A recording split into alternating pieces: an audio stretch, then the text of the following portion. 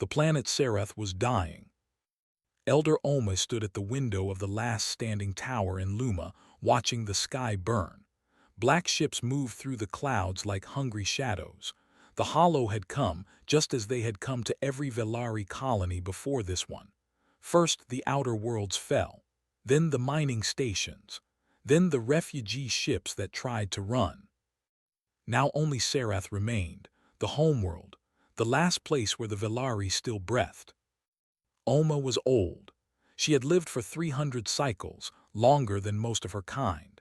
She had seen the golden age of her people, when Velari ships traveled freely between stars and their children laughed without fear. She had watched that age end, one world at a time, as the Hollow consumed everything in its path. The Hollow was not a species in the way most understood the word. It was hunger given form, a hive mind that spread across the galaxy like a disease, eating everything it touched. Planets, ships, people. It did not want territory or power. It simply wanted to feed, and it never stopped. Oma turned from the window and walked slowly to the council chamber. The other elders were already there, their faces gray with despair. They had tried everything. They had begged the Galactic Council for help, sending messages to every known species with ships and weapons. The responses were always the same: regret, sympathy, and then silence. The galaxy had decided that the Velari were acceptable losses. "The shield will fail within 30 cycles," one elder said. His name was Paul, and his voice shook as he spoke. "When it falls, the Hollow will take the city. There will be no survivors." "We could try to evacuate," another suggested weakly. "A few ships might escape." "To where?" Oma asked. "Every route is blocked. The Hollow knows we are trapped. They are waiting." Silence filled the room. Outside, the sounds of distant explosions echoed through the streets. Somewhere, children were crying. Oma closed her eyes and tried to remember what peace had felt like. Then young Ren stepped forward. Ren was not an elder. He was a scientist, barely past his first century of life. His scales were still bright blue, not yet faded with age. He had no place in this council, but no one stopped him from speaking. What did protocol matter when everyone was about to die? "There is one thing we have not tried," Ren said. His voice was quiet but steady. "The uncharted regions." Paul shook his head. "There is nothing there, no civilizations, no help." "We do not know that," Ren replied. "We have never looked. The Galactic Council forbids exploration of those sectors. They say the species there are too primitive to be worth contact. But what if they are wrong? What if someone is listening?" Oma studied the young scientist. There was hope in his eyes, the kind of hope that the old had forgotten how to feel. It was foolish hope, desperate hope, but it was still hope. "Do it," she said. Ren worked through the night. He built a transmitter from salvaged parts, pointed it toward the unknown stars, and sent a message into the darkness. He included everything: coordinates, images of the destruction, a simple plea translated into every mathematical language he knew. "We are dying. Is anyone there?"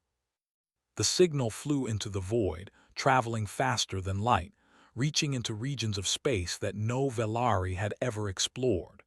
Ren did not expect an answer. Neither did Oma. But they sent the message anyway, because doing nothing felt worse than doing something useless.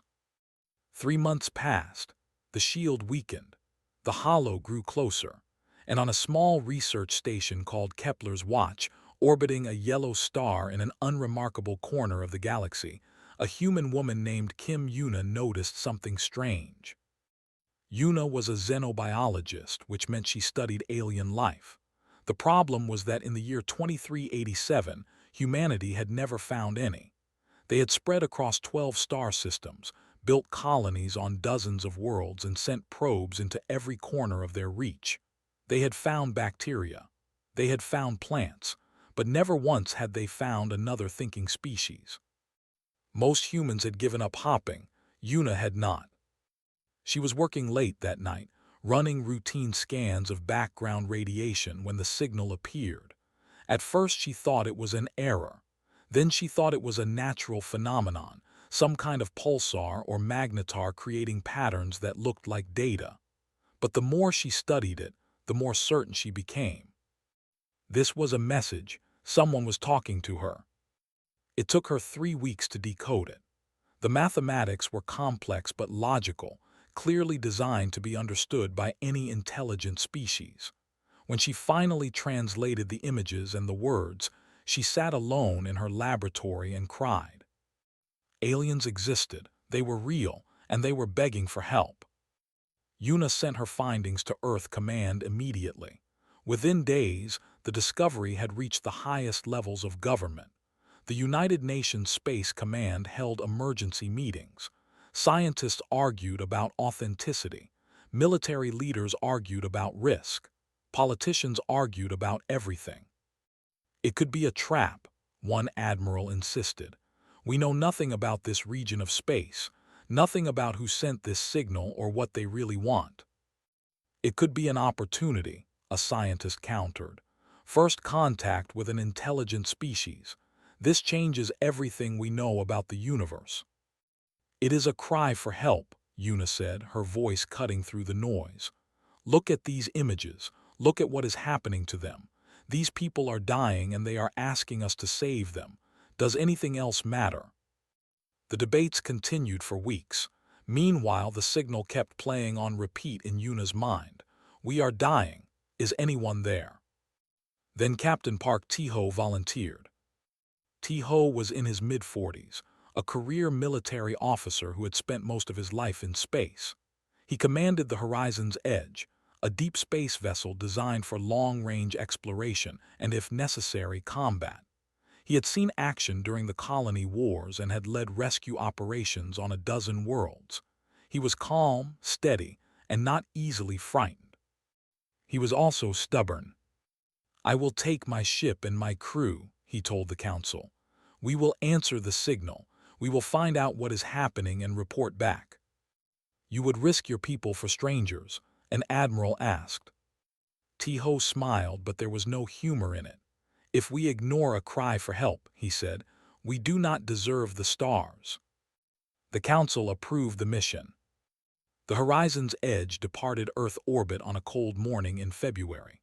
The crew of 200 souls watched their home planet grow small behind them, knowing they might never see it again.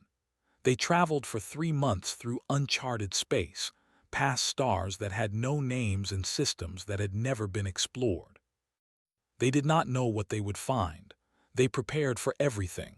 First contact protocols, combat scenarios, disease containment, but no amount of preparation could ready them for what waited at the end of their journey. The ship dropped out of hyperspace near the coordinates from the signal. Lieutenant Kang Soo-bin was the first to see what lay ahead. She was the tactical officer, trained to assess threats quickly and calmly. But when the view screen flickered to life, she could not speak.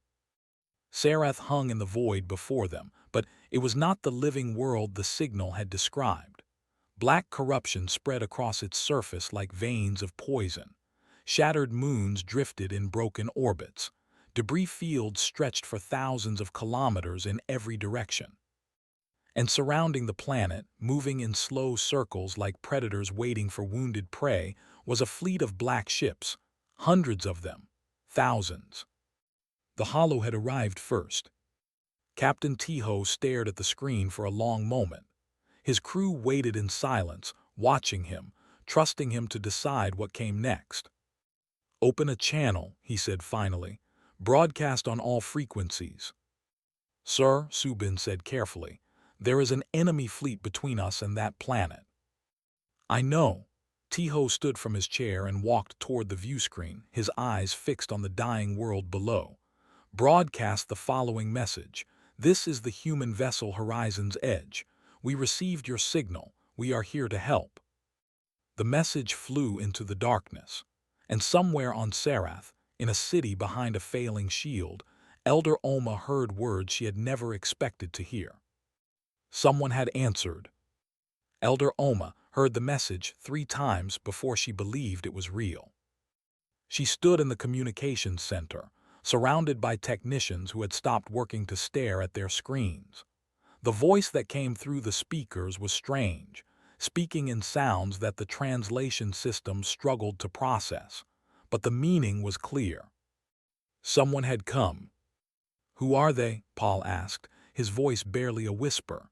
"What species answers a call from strangers?" Oma did not have an answer. In all her long years, she had never heard of such a thing. The galaxy operated on simple rules. Species looked after their own. Alliances were built on trade and mutual benefit. No one risked their lives for people they had never met. Yet here was a ship, small and alone against the Hollow fleet, announcing itself to the enemy and the dying alike. Ren pushed through the crowd to reach the communications console. His hands were shaking as he activated the response channel. "This is Sarath," he said. "This is the Velari homeworld. Please, you must leave. The Hollow will destroy you." There was a pause, then a calm voice replied. "This is Captain Park T-Ho of the Horizon's Edge. We received your distress signal 3 months ago. We traveled here to help you." "You do not understand," Ren said desperately. "The Hollow cannot be fought. They have destroyed entire civilizations. Your one ship cannot make a difference. You should run while you still can." Another pause. When the captain spoke again, there was something in his voice that Ren did not recognize. It was not fear. It was not confusion. It sounded almost like amusement. "We did not cross the galaxy to run away," Captain T-Ho said. "Tell me what you need." On the bridge of the Horizon's Edge, Lieutenant Kang Subin watched the tactical display with growing concern. The Hollow ships were not attacking yet, but they had noticed the human vessel. Several were breaking formation, moving to intercept. "Captain," she said, "we have incoming hostiles, 7 ships closing fast." T-Ho nodded. "Time to contact." 12 minutes. Enough time. He turned to his communications officer. "Tell our new friends we are sending a shuttle. We need to understand what we are fighting." The shuttle launched 5 minutes later, piloted by Sergeant Choi D-Sung himself. D-Sung was the head of the Marine unit aboard the Horizon's Edge, a large man with scarred hands and kind eyes. He had fought in wars and rescued civilians from disasters. He had never met an alien before. As the shuttle descended through Sarath's atmosphere, he watched the ruined landscape pass below. Cities burned. Forests had turned to ash. Great trenches of black corruption spread across the land like wounds that would never heal. "What happened here?" one of his Marines whispered. "The Hollow happened," D-Sung replied quietly. "Focus on the mission. We are here to help." The shuttle landed in the central plaza of Luma, the last Velari city. D-Sung stepped out first, his hand resting on his weapon but not drawing it. He wanted the aliens to see that he came in peace. The Velari who waited for him were not what he expected. They were tall and slender, with smooth scales that shimmered in shades of blue and silver. Their eyes were large and dark, filled with emotions that D-Sung could not read. They looked fragile, beautiful, and utterly terrified. Ren stepped forward. He was young by Velari standards, though D-Sung had no way of knowing that. His scales were brighter than the others, and he carried a small translation device in his hands. "You came," Ren said. The device turned his words into sounds the humans could understand. "You actually came." D-Sung smiled. It was a warm smile, the kind he gave to frightened children during evacuation missions. "We received your message. We could not ignore it." "But why?" Ren asked. The question seemed to cause him physical pain. "We are strangers. You owe us nothing. The Galactic Council abandoned us. Every species we contacted turned away. Why would you risk your lives for people you have never met?" D-Sung thought about the question. It was not something he had ever needed to explain before. Among humans, the answer was obvious. "Because you asked for help," he said simply. "Where we come from, that is enough." Ren stared at him for a long moment. Then, slowly, tears began to fall from his large dark eyes. Sung did not know if Velari could cry, but apparently they could. "Come," Ren said, wiping his face. "The Elder wishes to meet you." Elder Oma received the humans in her council chamber.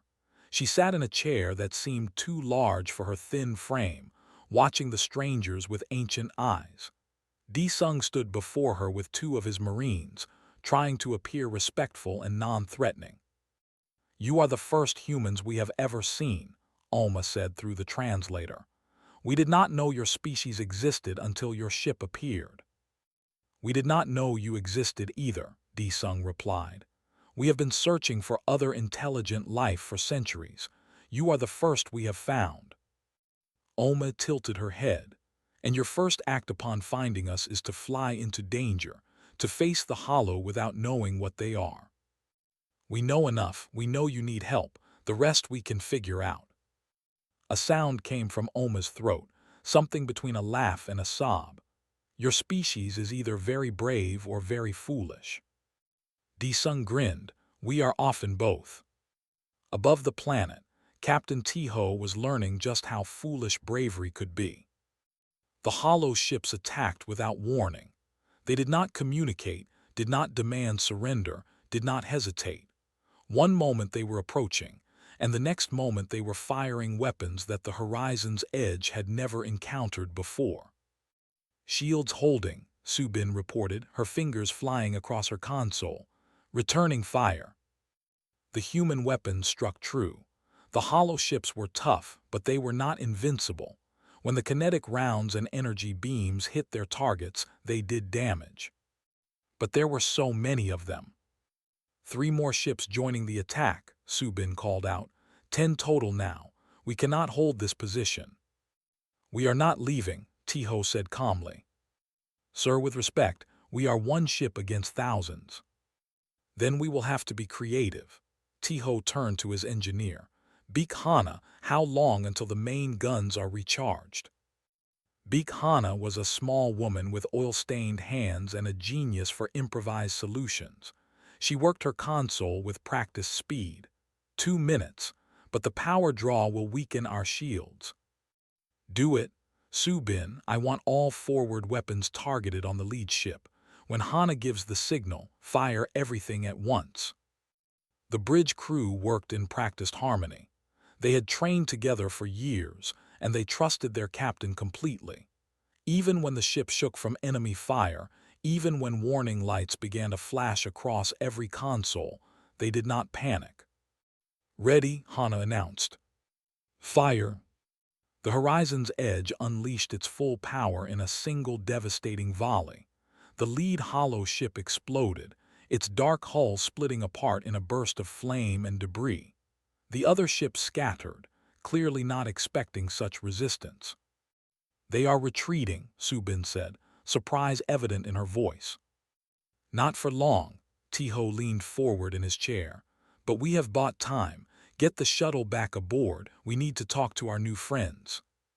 When Ren came aboard the horizon's edge an hour later, he entered a world completely unlike anything he had ever seen. The human ship was loud. Machines hummed and beeped constantly. Crew members shouted to each other across corridors. Music played from somewhere deep in the vessel. The air smelled of metal and food and something else, something alive. Dr. Kim Yuna met him at the airlock. She was the one who had decoded his message, the one who had convinced her government to respond. She was small by human standards, with dark hair and eyes that seemed to hold endless curiosity. "You are the one who sent the signal," she said. It was not a question. "Yes." Ren found it hard to meet her gaze. "I did not think anyone would hear it." "I almost did not. Your mathematics are beautiful, by the way. It took me weeks to decode, but I have never seen such elegant equations." Ren did not know how to respond to a compliment.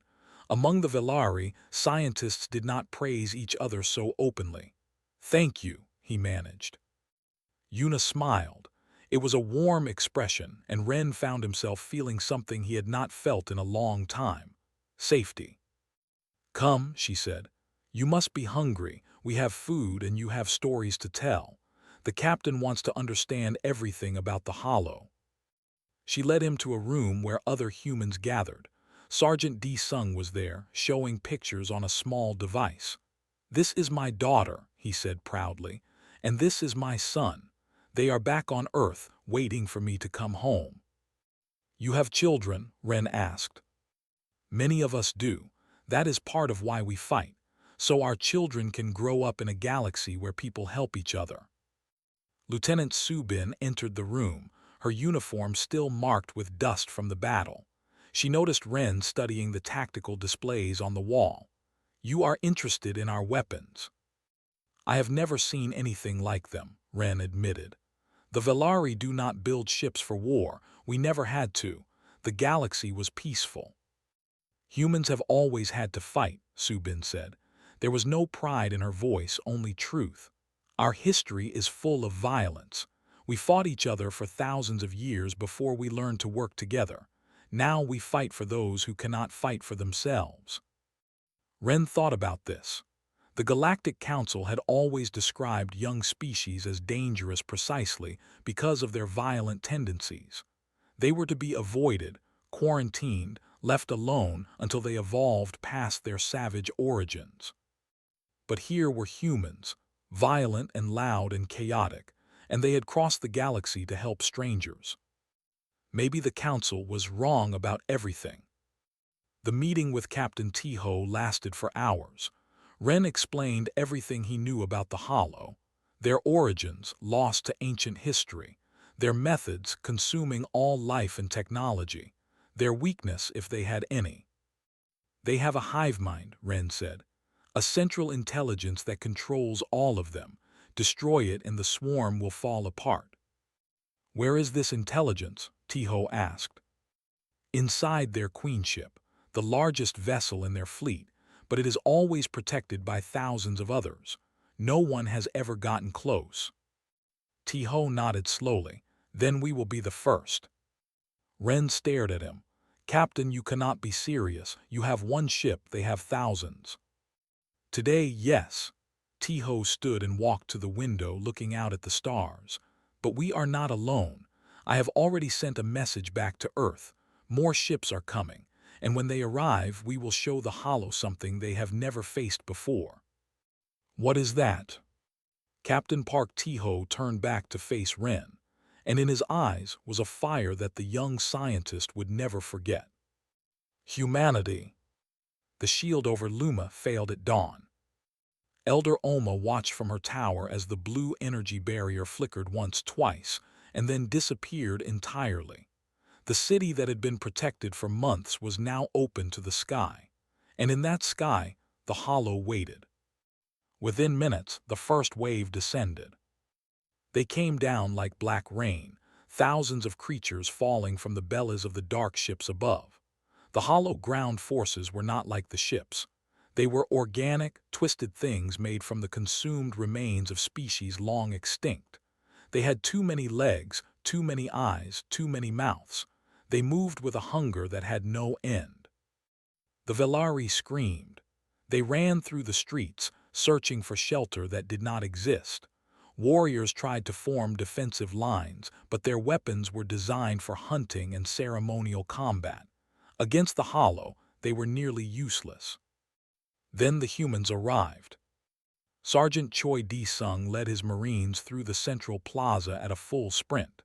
There were only 50 of them, a tiny force against the flood of monsters pouring into the city, but they did not hesitate. "Form up," D-Sung shouted. "Protect the civilians, push them back." The Marines moved with practiced precision. They had fought in wars before. They had trained for situations exactly like this. And unlike the Velari, humans had spent their entire history preparing for violence. The first hollow creature to reach them died in a hail of gunfire. The second was cut down by a blade. The third made it close enough to strike before a Marine named Park Jimin put 3 rounds through its central mass.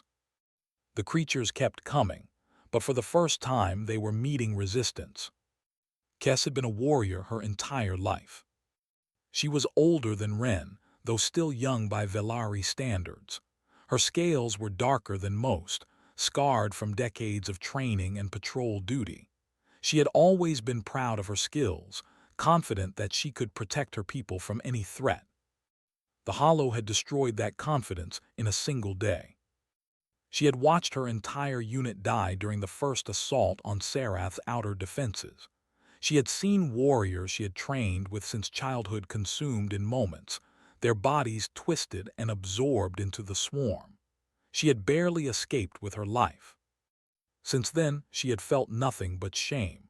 Shame that she had survived when others had not.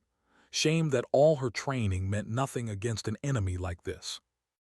Now she crouched behind a fallen statue, watching the human Marines fight, and felt something new. Amazement. The humans fought like nothing she had ever seen. They were not graceful. They were not elegant. Their movements were rough, brutal, efficient. They shouted to each other constantly, coordinating without the silent discipline the Velari had always prized. And they were winning. One Marine went down, wounded by a hollow claw. Before the creature could finish him, two others pulled their comrade to safety while a third covered them with suppressing fire. They worked as a single unit, each person trusting the others completely. "Come on," Disung yelled, extending his hand toward her. "We need every fighter. Can you shoot?" Kes stared at his hand. This human, this stranger from a species she had never heard of, was asking for her help, not ordering her, asking. She took his hand and stood. "I can shoot." "Good, stay close to me. Watch my left side, and if you see an opening, take it." She fell into position beside him, and together they pushed forward into the battle. Above the planet, Captain Park Tiho was fighting his own war. The Hollow Fleet had committed fully now, dozens of ships breaking off to engage the horizon's edge. The human vessel twisted and turned through space, its engines screaming as it dodged fire from multiple directions. "Hull breach on Deck 7, Engineer Beak Hana reported. "Sealing now, we have casualties." "Keep firing," Tiho ordered. His voice was calm, but his hands gripped the arms of his chair so tightly that his knuckles had turned white. "Do not let up." Lieutenant Kang Subin worked her console with furious speed. She had trained for space combat her entire career, but nothing had prepared her for this. The Hollow ships did not fight like any enemy she had studied. They showed no self-preservation instinct. They threw themselves into weapons fire without hesitation, willing to sacrifice 10 ships if it meant destroying one human. But humans had something the Hollow did not understand. They adapted. "Pattern recognized," Subin announced. "They are coordinating through a central signal. If we can jam it, we can disrupt their formation." "Do it." Hana rerouted power from non-essential systems. The lights dimmed across the ship. Life support dropped to minimum. Every spare joule of energy went into the communications array, which Subin had modified into a jamming device. The signal pulsed out. For a moment, nothing happened. Then the Hollow ships began to drift, their perfect coordination faltering. They bumped into each other, fired weapons at empty space, moved in random directions. Now Tiho shouted.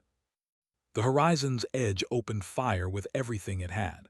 Missiles streaked across the void. Energy beams cut through dark hulls. Kinetic rounds punched holes in enemy vessels. 5 Hollow ships exploded in the span of 30 seconds. The rest began to pull back, regrouping beyond the range of the jamming signal. "They are retreating," Subin said, disbelief in her voice. "The Hollow has never retreated before," Ren said from his position at the back of the bridge.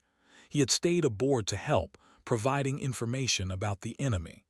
"In all our records, they have never pulled back from a fight." Tiho turned to look at him. "Maybe they have never met anyone like us." In the streets of Luma, the ground battle raged on. Disung had lost count of how many creatures he had killed. His arms ached from swinging his weapon. His throat burned from shouting orders. A wound on his shoulder dripped blood that he had no time to treat. But they were holding the line. The Marines had formed a defensive perimeter around the central plaza, where hundreds of Velari civilians had gathered. Velari warriors had joined them, following the human example, learning on the fly how to fight as a unit rather than as individuals. Kes fought beside Di Sung, and she was learning fast. Her natural speed and reflexes made her deadly once she understood how to use them. Together, they had held the eastern approach for nearly an hour. "There are too many," she said during a brief pause in the assault. "They will overwhelm us eventually." "Maybe," Di Sung admitted, "but not yet, not while I am still standing." "Why?" The question burst out of her before she could stop it. "Why do you fight so hard for us? You could have escaped. Your ship could have left orbit. Why stay and die for strangers?" Di Sung looked at her for a long moment. Behind them, a Velari child was crying for her mother. A Marine was bandaging a wounded civilian. Another was sharing water with an elderly Velari who could barely stand. "Because someone has to," he said finally. "Because if we do not help people when they need it, what is the point of being strong? What is the point of having ships and weapons and soldiers if we only use them to protect ourselves?" Kes had no answer. Among the Velari, among every species in the Galactic Council, such thinking was considered foolish. Resources were limited, ships were expensive, lives were precious. You did not waste them on strangers. But here were humans, dying in the streets for people they had met only hours ago. And somehow, impossibly, they were not losing. Deep in the medical bay of the horizon's edge, Dr. Kim Yuna was making a discovery that would change everything. She had been studying samples of hollow tissue brought back by the ground teams. The creatures left behind pieces of themselves when they died, and Yuna had been analyzing them frantically, searching for any weakness. What she found shocked her. The hollow was not just hungry, the hollow was afraid. The hive mind that controlled the swarm was ancient beyond comprehension. It had existed for millions of years, consuming civilization after civilization. It had never failed, never been stopped, never encountered anything that could threaten it. Until now. The humans fought differently than any species the Hollow had ever faced. They were not stronger or faster or more numerous, but they had something the Hollow could not understand. They sacrificed themselves for each other. They protected the weak. They faced certain death without hesitation. The hive mind had consumed thousands of species, absorbed their memories and knowledge, but it had never encountered courage like this, and it did not know how to process it. For the first time in a million years, the Hollow felt something other than hunger. It felt doubt. Yuna ran to the bridge with her findings. When she explained what she had discovered, Captain Tiho smiled grimly. "They are scared of us," he said. "Good, they should be." He turned to the communications console. "Open a channel to Earth. Emergency priority. Tell them what we have found. Tell them to send everyone they can." Then he turned back to the view screen, where the Hollow fleet was regrouping for another attack. "We showed them what one human ship can do," he said quietly. "Now let us show them what happens when humanity truly goes to war." The Hollow attacked again at sunset. This time there were more of them. The swarm had learned from its earlier defeats. It adapted, changed its tactics, threw everything it had at the single human vessel and the dying city below. The horizon's edge fought with everything it had. Hull breaches spread across multiple decks. Fires burned in the engine room. Crew members died at their stations, replaced by others who stepped up without being asked. But they held. In the streets of Luma, Di-Sung took a wound that should have killed him. A hollow creature had gotten past his guard, its claws raking across his chest. He fell to his knees, blood pouring from the gash. Kes killed the creature before it could finish him. Then she stood over his body, her weapon raised, defending a human she had met only hours ago. "Get up," she said. "You do not get to die here, not after everything you have taught me." Di-Sung laughed even though it hurt. "Stubborn," he managed. "I like that." Medical teams pulled him back. A Velari healer treated his wound with techniques that human doctors had never seen. The two species worked together, sharing knowledge, saving lives. As darkness fell over Serath, the Hollow pulled back once more. It was not a retreat. It was a pause, a moment to gather strength before the final assault. Captain Tiho knew they could not survive another attack. His ship was barely functional. His crew was exhausted. The Velari defenses were crumbling. But in the darkness of space, far beyond the Hollow fleet, new lights began to appear. Ships, human ships, 100 of them dropping out of hyperspace in perfect formation. Earth had answered. Tiho sat back in his chair and allowed himself to smile. "Tell the Hollow," he said quietly, "that they have made a terrible mistake." "What mistake?" Ren asked. "They attacked us alone. They thought one ship was all they would face."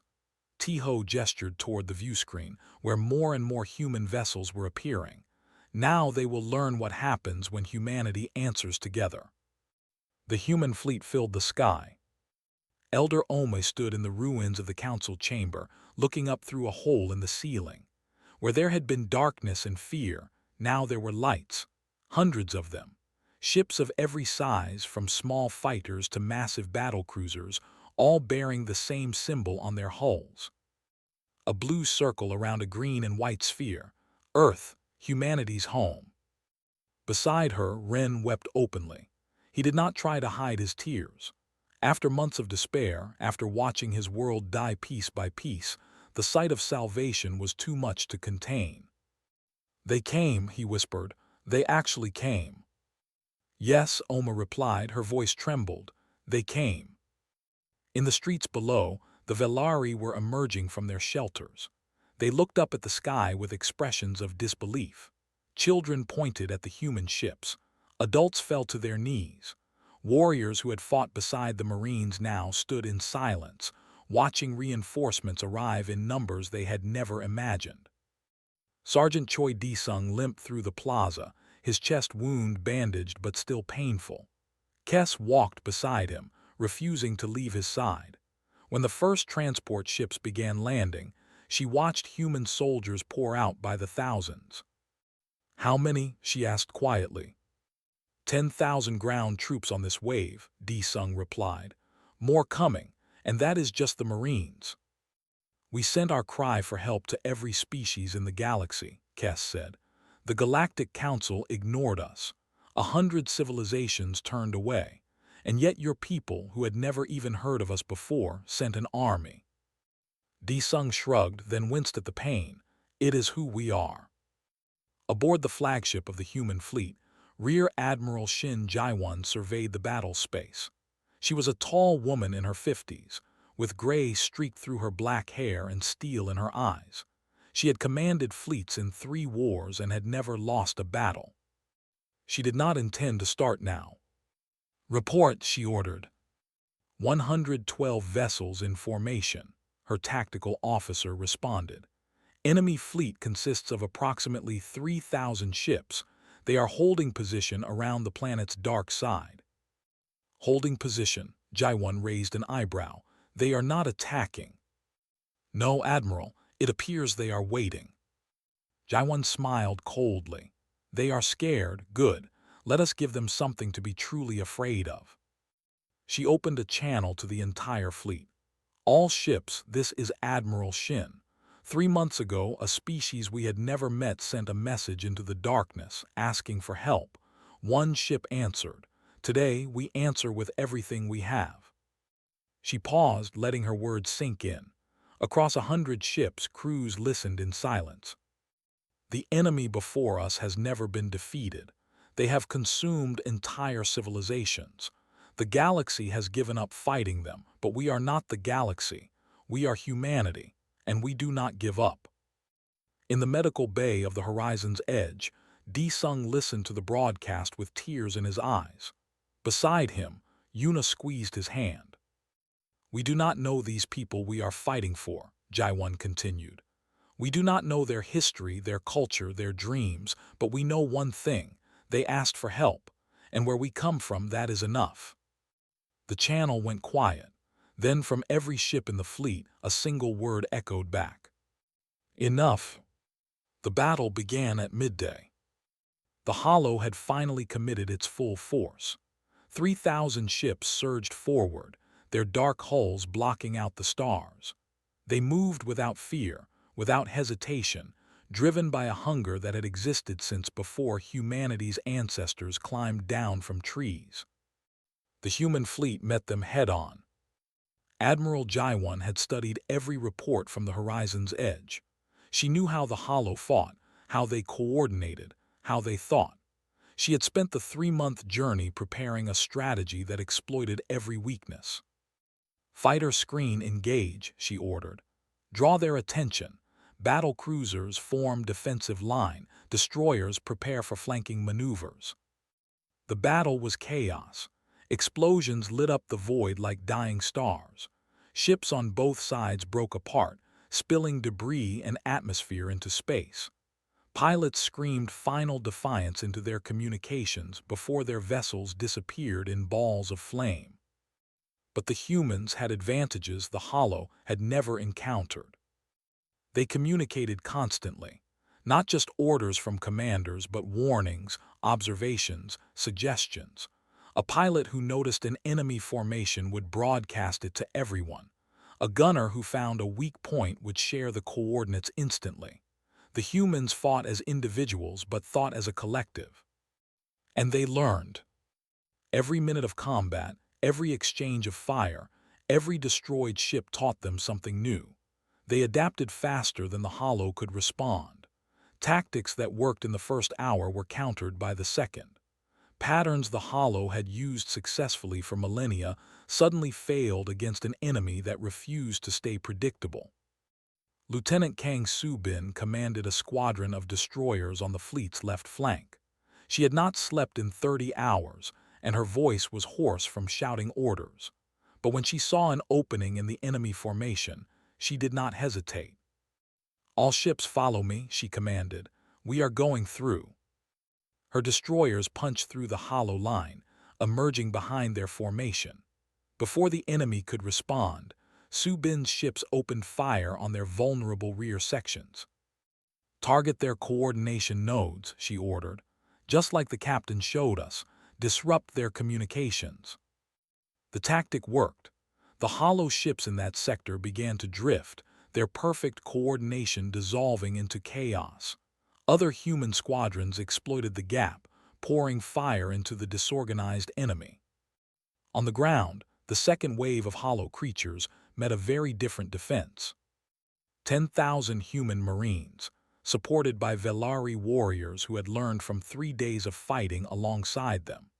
They had established defensive lines throughout the city, fortified positions with shields and heavy weapons, created kill zones where the creatures would be funneled into devastating crossfire. Kes fought at the front as she had since the beginning, but now she was not alone. A dozen Velari warriors followed her commands, using tactics she had learned from the humans. They moved together, covered each other, retreated when necessary and advanced when possible. Beside her, a young Marine named Lee Soo-hyun fired her rifle in controlled bursts. She was barely 20 years old, fresh from training, and this was her first real battle. But she fought like a veteran, calm and focused. "How do you do it?" Kes asked during a brief pause. "How do you stay so calm when death is all around you?" Soo-hyun shrugged. "Training and trust. I know my team has my back just like I have theirs. As long as we stick together, we can survive anything." "But you might die. Does that not frighten you?" "Of course it does." Soo-hyun checked her ammunition and readied herself for the next wave. "But I would rather die fighting for something than live having done nothing." Kes thought about that for a long time. Far from Serath, the galaxy was watching. News of the battle had spread faster than light, transmitted by drones and relay stations to every corner of known space. Species who had refused to help the Velari now gathered around viewing screens, watching the impossible unfold. The humans were winning. Not easily, not without cost. The debris fields grew with every hour, filled with the wreckage of human ships and the bodies of human crews. But they were winning, against an enemy that had never been stopped, against odds that should have been impossible. And they were doing it for strangers.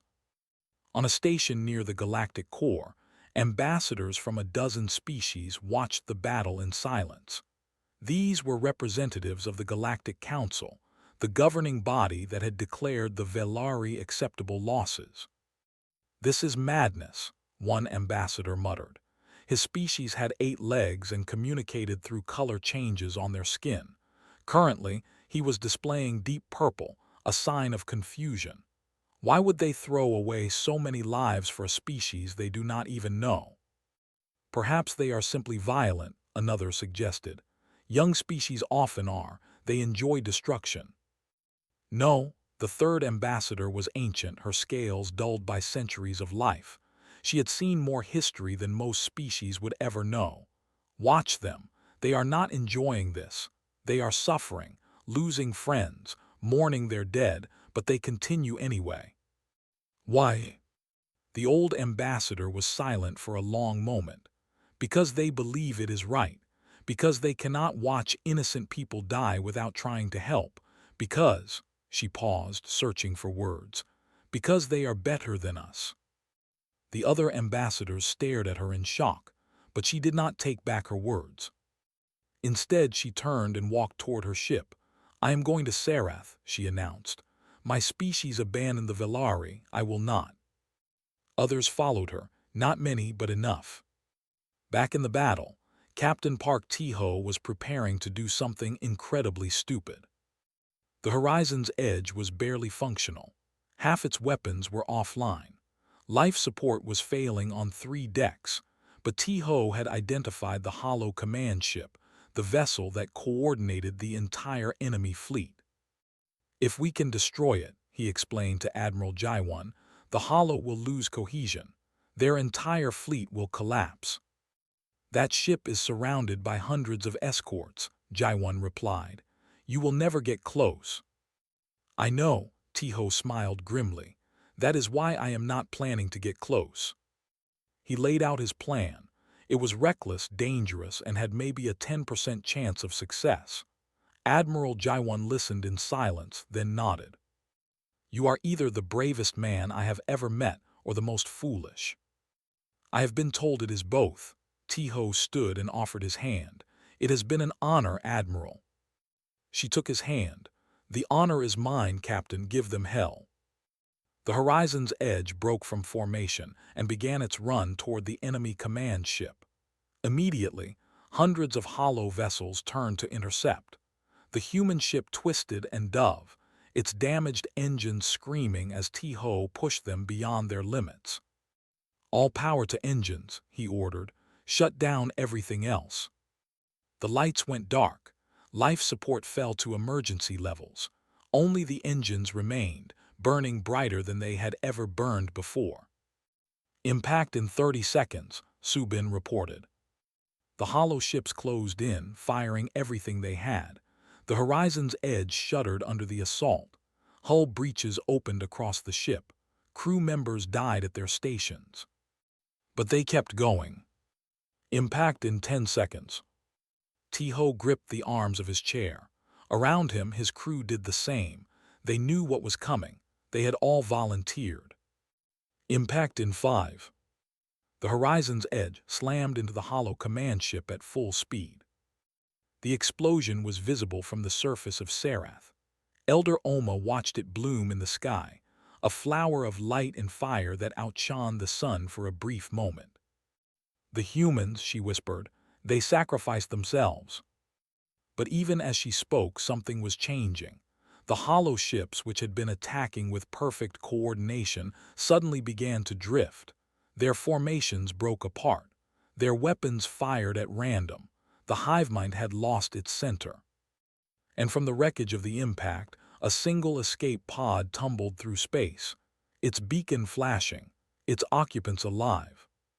Captain Park Tiho had survived. The battle was not over, but for the first time, the Hollow was losing. and the galaxy was finally beginning to understand what humanity truly was. Not just another species, something new. Something that might change everything. The Hollow Queen knew fear for the first time in a million years. She existed at the center of a ship larger than mountains, a vessel built from the consumed remains of civilizations she had devoured across the ages. She had been ancient when most species in the galaxy were still learning to use tools. She had eaten worlds without number, absorbed knowledge beyond counting, grown powerful beyond imagination. And now she was afraid. The humans had done what no species had ever done. They had destroyed her command ship. They had shattered her coordination network. They had turned her perfect swarm into chaos, and they were still coming. From her throne of twisted metal and consumed flesh, she reached out with her mind, trying to restore order. But the damage was too great. The humans had struck at the heart of her hive mind, and the wound would take time to heal. Time she did not have. Captain Park T-Ho floated in his escape pod, waiting for rescue. His ship was gone, destroyed in the collision that had changed the course of the battle. Most of his crew had evacuated before impact. Some had not. He would carry their names for the rest of his life. Through the small window of his pod, he watched the battle continue. The Hollow Fleet was in disarray, ships drifting without direction, easy targets for the human vessels that swarmed around them. In orbit above Sarath, the tide had finally turned. But T-Ho knew it was not over. The Queen still lived. As long as she existed, the Hollow would rebuild. They always did. A ship appeared beside his pod. Not a human ship. Its design was strange, organic curves and flowing lines that looked nothing like the angular military vessels he was used to. A voice crackled over his communicator. "Human vessel, this is the Saranath diplomatic ship Light of Dawn. We have received word of your battle. We are here to assist." Then another voice, and another. Ships from a dozen different species, arriving in ones and twos, answering a call that their governments had ignored. The galaxy was finally waking up. Admiral Shin Jaiwan received the newcomers with cautious welcome. She did not trust them, not yet, but she needed every ship she could get. "The Hollow Queen is hiding in their largest vessel," she explained during a hasty conference. "As long as she survives, this war is not over. We need to destroy her." "That ship is still surrounded by hundreds of escorts," a Saranath captain pointed out. "Even with all our forces combined, a direct assault would be suicide." "Then we do not assault directly." T-Ho had been rescued and brought to Jaiwan's flagship. He was injured, exhausted, and should have been in medical. Instead, he was planning their next move. "We go in small, a strike team, get past their defenses and destroy the Queen from inside." "That is even more suicidal than a fleet assault." "Maybe," T-Ho looked around the room, "but I know people who will try anyway." The strike team assembled in the cargo bay of a captured Hollow ship. It was the only vessel that could get close to the Queen without being detected immediately. Captain T-Ho led the team. Beside him stood Dr. Kim Yuna, who had insisted on coming despite having no combat training. She claimed her knowledge of hollow biology would be essential. T-Ho suspected she simply refused to let him go alone. Sergeant Choi D-Sung had refused to stay behind, even with his injuries. Kes stood at his side, her weapons ready. And Ren, the young Velari scientist who had started everything with a message into the darkness, completed the group. "You do not have to do this," T-Ho told them. "This is likely a one-way trip." "I know," Kes replied. "That is why I am coming. The Velari owe humanity a debt we can never repay, but I can start." Ren nodded. "I sent the signal that brought you here. I will see this through to the end." The captured ship launched toward the Queen vessel, its stolen codes keeping it hidden from the damaged hive mind.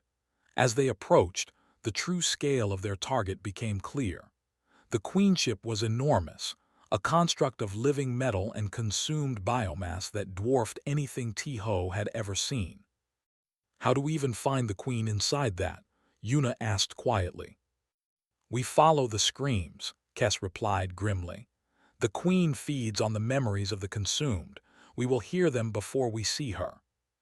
They docked in a forgotten bay, stepping out into darkness and horror. The interior of the queenship was a nightmare-given form. Walls pulsed with organic tissue. Faces pressed against surfaces, the preserved remains of species the Hollow had devoured. Whispers filled the air, the echoes of dead civilizations playing on repeat. Ren had to stop several times, overwhelmed by what he was seeing. Yuna held his arm, offering silent support. She was terrified too, but she had learned something from the humans she served with. Fear did not have to stop you. It just made everything harder. The queen spoke to them as they moved deeper. Her voice came from everywhere and nowhere, a sound that bypassed ears and struck directly at the mind. She spoke of hunger, of inevitability, of the peace that came with being consumed. "Why do you resist?" she asked. "I have eaten 1,000 worlds. You cannot stop me. You can only delay." "That is where you are wrong," T-Ho replied out loud. He did not know if she could hear him, but speaking helped keep the fear at bay.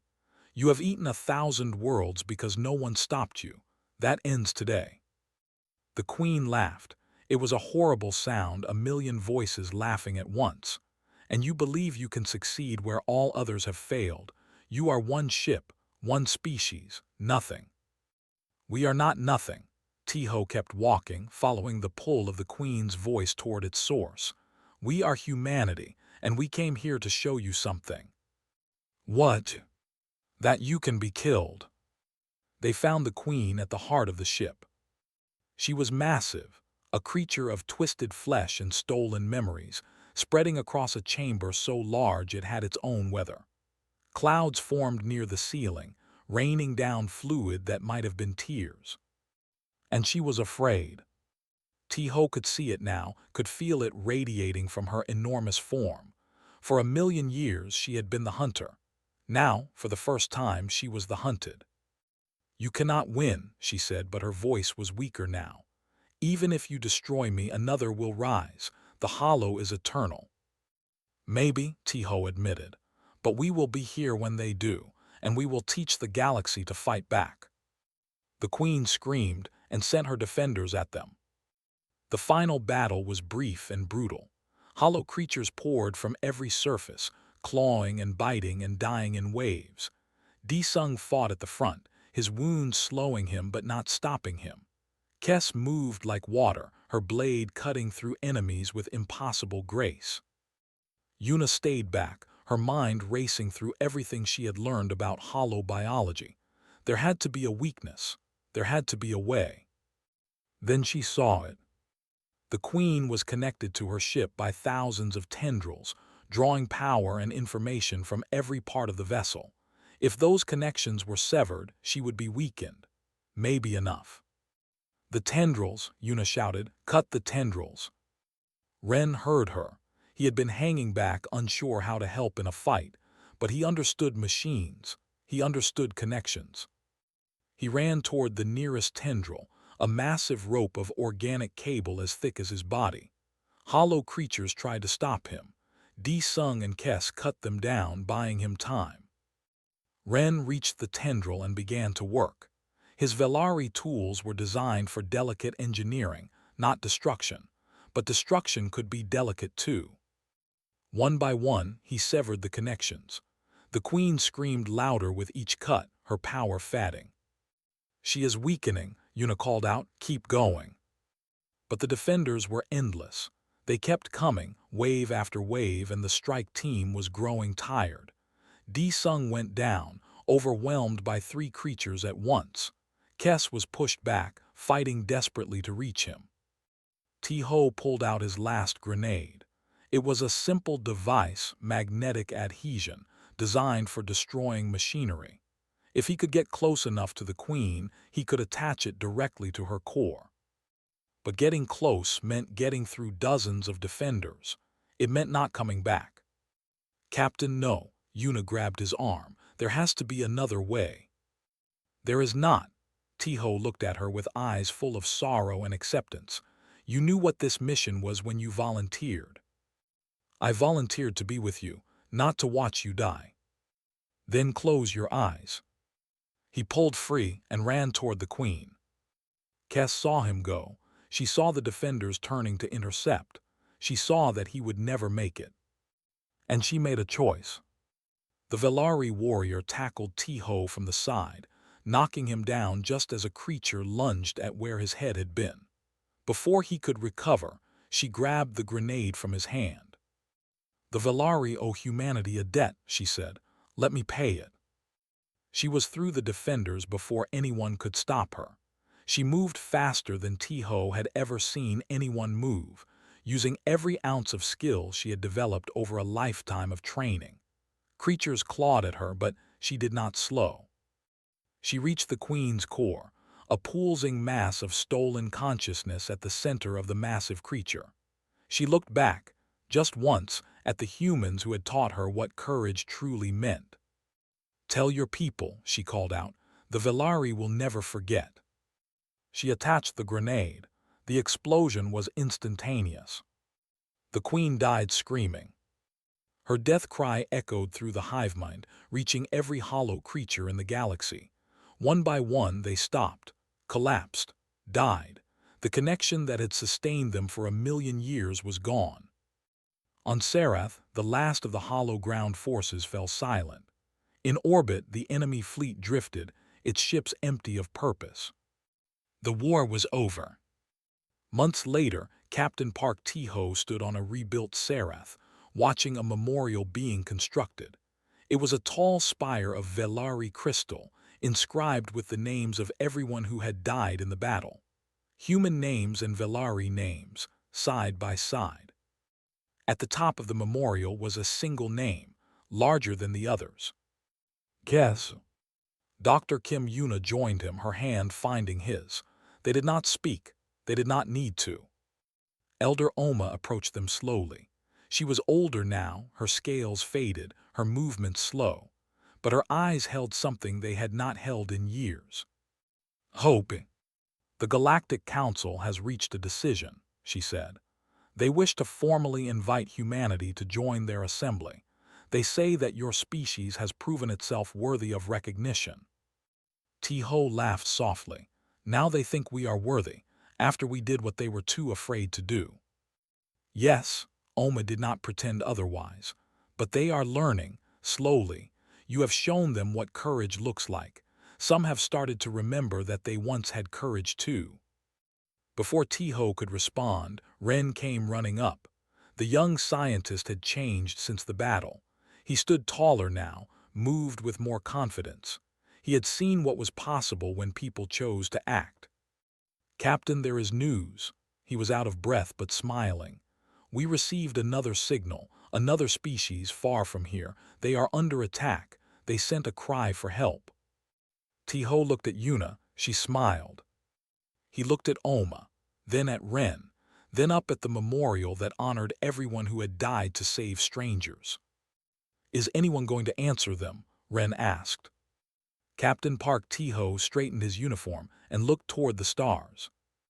We will, he said. That is what we do. He walked toward the spaceport where a new ship waited for him. Behind him, Yuna followed.